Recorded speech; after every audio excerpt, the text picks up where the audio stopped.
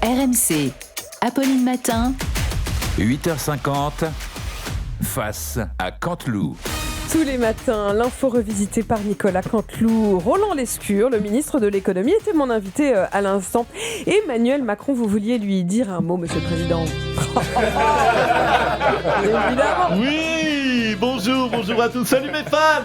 Salut, oui, pour vous je remets les lunettes de beau gosse. Bien sûr. Même si j'en ai plus besoin, vous avez vu, malheureusement je suis guéri. Voilà, c'est le problème.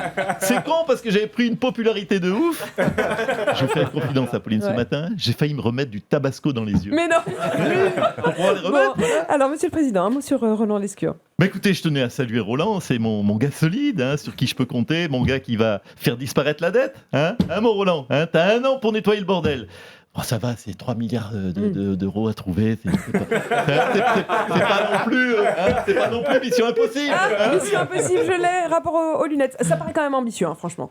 Entre vous et moi, si mon Roland n'arrive pas, c'est pas très grave. Comme d'hab, on mettra tout sur le dos de Bruno Le Maire. Puis moi, je vais finir mon mandat tranquillou sur l'international, je préfère. On essaie d'éviter une 3e guerre mondiale. Voilà. Oui, vous savez, héros du monde libre, sur un CV, ça sonne mieux que le gars où ce qui a marqué sur la carte de visite a réussi à faire augmenter le PIB de 0,83%.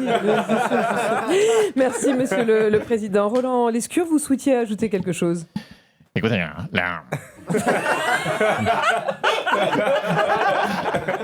la première chose à retenir, nous avons des bons chiffres. Les chiffres, quels sont-ils? On est passé de 0,7 à 9%. Ce sont des très bons chiffres. Et nous avons baissé le prix de l'électricité, il faut le retenir dans la merde, de 9 euros. 9 euros. Non, 9 euros, non, par an. C'est quand même 75 centimes par mois. Il faut arrêter dans ce pays de se flageller sur un verre à moitié vide. C'est pas le verre à moitié vide, c'est les caisses qui sont à moitié vides. Les caisses sont à moitié vides. Moi, pour récompenser les équipes de Bercy, toutes les équipes de Bercy, je leur ai dit, on a des bons résultats, je vous donne, vous partez en congé. Voilà. Je leur ai donné 10 minutes de congé. Ils sont partis sur des belles destinations, à la machine à café, les toilettes, le distributeur de friandises, voilà. Il faut récompenser une équipe. On sent que vous êtes un optimiste de nature, Roland Lescure. Vous pensez que le gouvernement et vous-même, vous allez pouvoir tenir jusqu'à la fin du quinquennat? Mais oui, on va tenir. On va tenir au moins jusqu'à la prochaine guerre mondiale. Optimiste, voilà. Ah oui, optimiste, je le sens. Merci, Roland Lescure. Oh là là, Vincent Moscato arrive. Vous vouliez également réagir à la parole de Roland Lescure. Bonjour Vincent. RMC, le super Moscato Show. On a le ministre de l'économie et des finances, il débarque, le gosse, il faut qu'il trouve 3 000 milliards de pognon. Je l'ai croisé à l'eau, il cherchait la monnaie, tu vois, la machine à café. Mais je lui ai serré la main, j'ai quand même recompté mes doigts. Le mec, il te pique tout, tu vois. Et là, le slip, le portefeuille, j'ai plaqué le slip. Précaution. Les mecs, les patrons à BFM Business, tout plaqué sur la table, ils se cachaient. Où le ministre de l'économie, à ce point-là, franchement? Attends, on risque le contrôle fiscal. Oui. On fait un pognon de dingue, on risque le contrôle. Pour petit déjeuner, t'as vu, ils ont supprimé toutes les viennoiseries. Faut faire un pont, faut faire pitié. Donc ils ont acheté chez Lidl, ils ont acheté de la margarine et du pain demi-périmé, on dirait du carton. Sur la tête, faut faire pitié. Dans le parking souterrain, plus de bagnole, Unix. La Porsche d'Aurel-Gate, disparu. La Jaguar de Marshall, plus rien. La Bentley de demain, j'ai plus rien.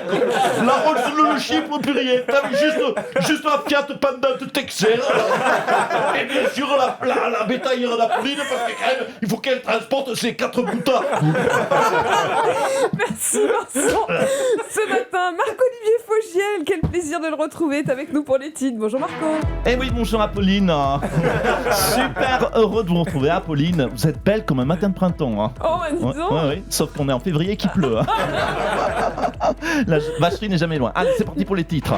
Affaire Epstein. Après avoir publié plus de 3 millions de documents du dossier, le ministère de la Justice américain indique que pour gagner du temps, il ne publiera plus à l'avenir que les noms des personnes qui ne sont pas impliquées dans cette affaire.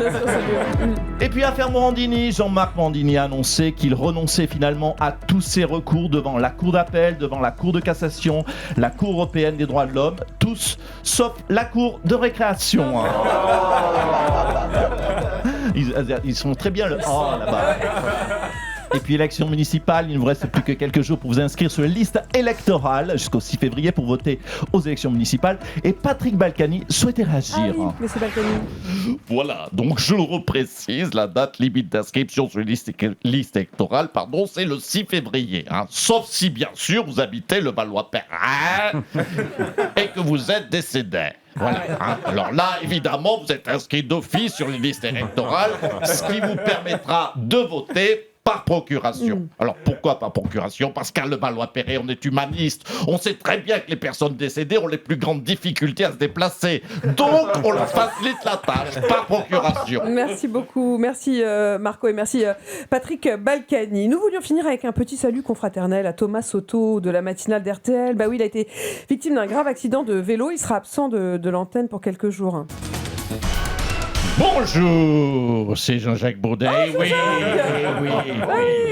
Et Thomas Soto, remplacé à l'antenne suite à un accident malheureux de vélo. Le vélo qui, disons-le, reste malgré tout le meilleur moyen pour réduire son empreinte carbone. Et vous d'ailleurs qui êtes sensible à l'environnement, chère Apolline, pourquoi ne venez-vous pas à vélo le matin? Il y a tellement de petites rues sympathiques dans Paris et vous pourriez même peut-être croiser notre ami René au volant de son taxi. René qui, je crois, est en ligne avec nous. C'est Jacques, ça me fait plaisir. Et je t'entends parler des vélos, par contre, attends, je supporte pas moi. Ils se croient tout permis les vélos. Ça me donne l'urticaire quand j'en vois, j'ai envie de lui rentrer dedans, carrément. Ah ben ouais, je m'en cache pas. Et je m'en cache pas de lui rentrer dedans, René. Mais écoutez, René, ne changez pas vos habitudes. Vous savez quoi, René? Vous qui ne loupez jamais Apolline le matin, eh bien, je vous envoie sa photo et son itinéraire à vélo.